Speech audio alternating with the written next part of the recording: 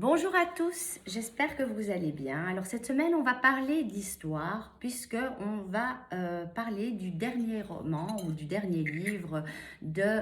Erik Larson. Erik Larson est un écrivain anglophone, donc ce texte a été traduit. Il s'intitule La splendeur et l'infamie. C'est un livre qui traite de Winston Churchill, qui a comme sujet Winston Churchill, et il a été publié aux éditions du Cherche Midi. Alors, il faut savoir que la force de ce livre, avant que je vais vous en parler un petit peu, je voulais juste vous dire que la force de ce livre est de permettre au lecteur de véritablement avoir l'impression de se trouver à côté de Winston Churchill, que ce soit dans les décisions politiques qu'il prenne ou que ce soit en famille, parce que le livre mêle à la fois l'intime et la grande histoire et nous donne, nous dresse, je dirais, une caricature, un portrait, pardon, de Winston Churchill, un portrait d'un homme très attendrissant, beaucoup plus émotif même que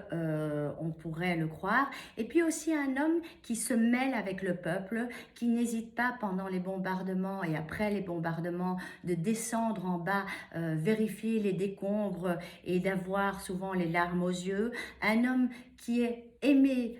par son peuple, un homme aussi infaillible qui se bat jusqu'au bout, qui s'entoure des meilleurs pour combattre Hitler. Alors,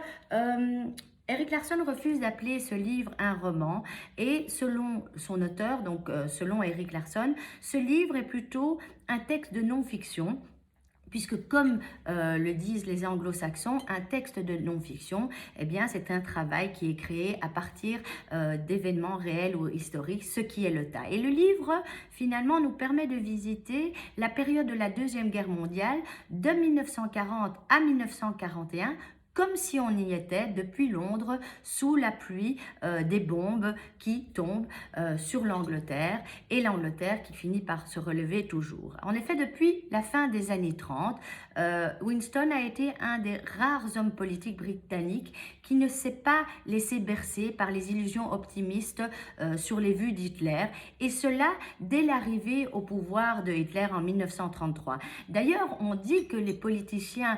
britanniques, eh bien, furent très mous au départ avec l'Allemagne, et ça c'est assez anecdotique. Ils furent, quand Chamberlain a démissionné, tous les politiciens et même le roi furent assez méfiants par rapport à l'élection de Winston Churchill, parce que Churchill était toujours un homme qui était, je dirais, très intuitif, très parfois sauvage dans sa façon de parler, alors qu'Halifax était un homme beaucoup plus réservé. Finalement, c'est Churchill qui reprendra le pouvoir. Halifax, bien entendu, fera partie de son gouvernement et l'aidera, mais c'est Winston Churchill qui va prendre finalement les choses en main. Et donc, le livre débute le jour de l'ascension de Churchill au poste de Premier ministre en Angleterre le 10 mai 1940, et c'est en pleine Seconde Guerre mondiale, et donc ce livre a pour but de faire suivre le lecteur, de lui faire suivre en fait la première année du pouvoir, qui est une année finalement importante pour Churchill parce qu'elle est marquée par la chute de l'armée française et la bataille d'Angleterre et ces bombardements aériens qui sont c'est-à-dire jetés par l'Allemagne sur l'Angleterre en vue de sa capitulation et qui sont du jamais vu. Et alors à ce moment-là, il faut savoir que la RAF anglaise ne maîtrise pas encore ou ne sait pas encore comment se battre en pleine obscurité. Elle a du mal avec ça. Et donc on assiste aux faiblesses de l'armée, on assiste aux forces de l'armée, on assiste également à, je dirais, le fait que Winston Churchill est indomptable, il veut se battre jusqu'au bout, quoi qu'il arrive, il veut obtenir l'aide des États-Unis et ne pas flancher comme les autres. Et donc, Winston Churchill est confronté à la double mission, à la fois de préserver le moral de son peuple, mais aussi de convaincre les États-Unis et son président, Winston Churchill, de soutenir l'Angleterre. Et donc, c'est entre ça que tout le livre balance. Et donc, nous le suivons aussi également au-delà de son rôle de chef de guerre, puisque le livre le présente également dans son rôle de père de famille. Par exemple, Churchill a beaucoup de démêlés familiaux avec, avant tout, son fils, Randolph, qui est une sorte de tête brûlée, impétueux, qui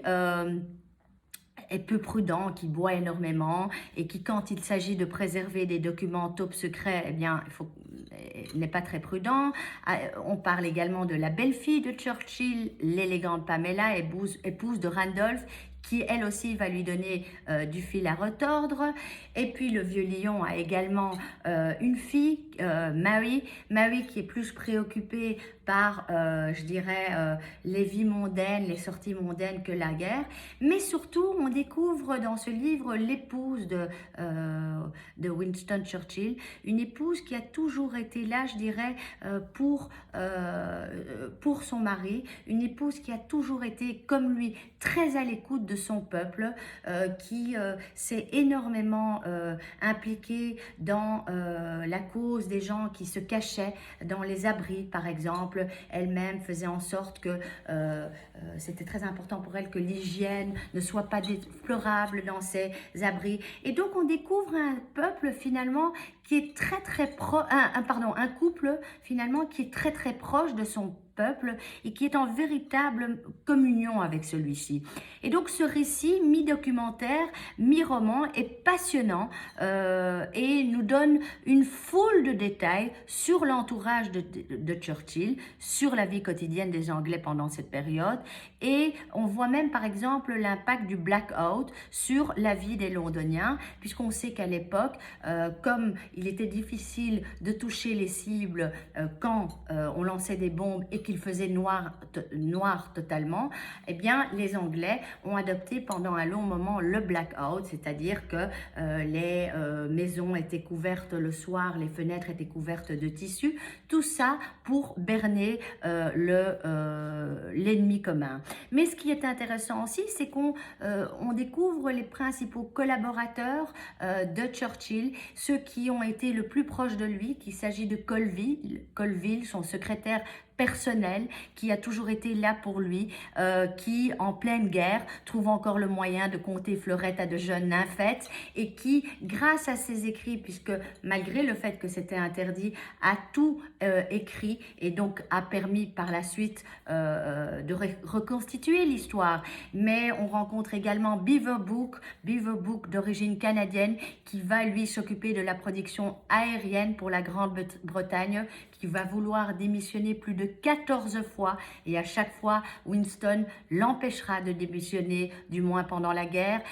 Nous avons aussi Frédéric Alexandre Lindemann, surnommé Prof. C'est un grand physicien d'origine alsacienne par son père et qui va jouer un rôle de conseiller scientifique.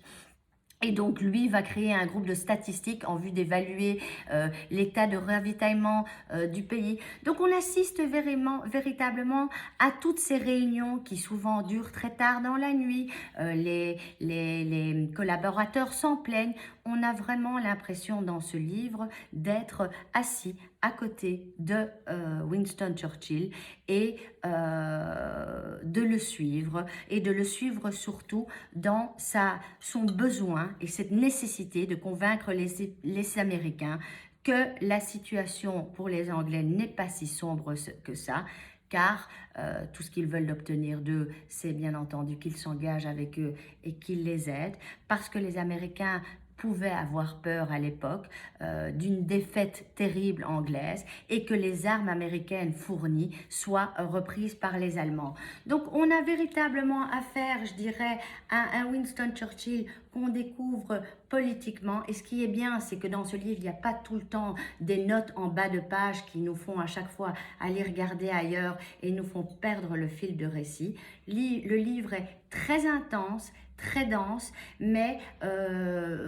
parcouru aussi d'éléments anecdotiques. Je dirais que sans doute il est fortement vulgarisé, mais ce qui permet finalement d'aborder l'histoire de Churchill pour tout et chacun à sa façon. Je vous souhaite une bonne lecture et on se retrouve la semaine prochaine pour un tout autre livre. En attendant, profitez de celui-ci il est vraiment très intéressant. À bientôt!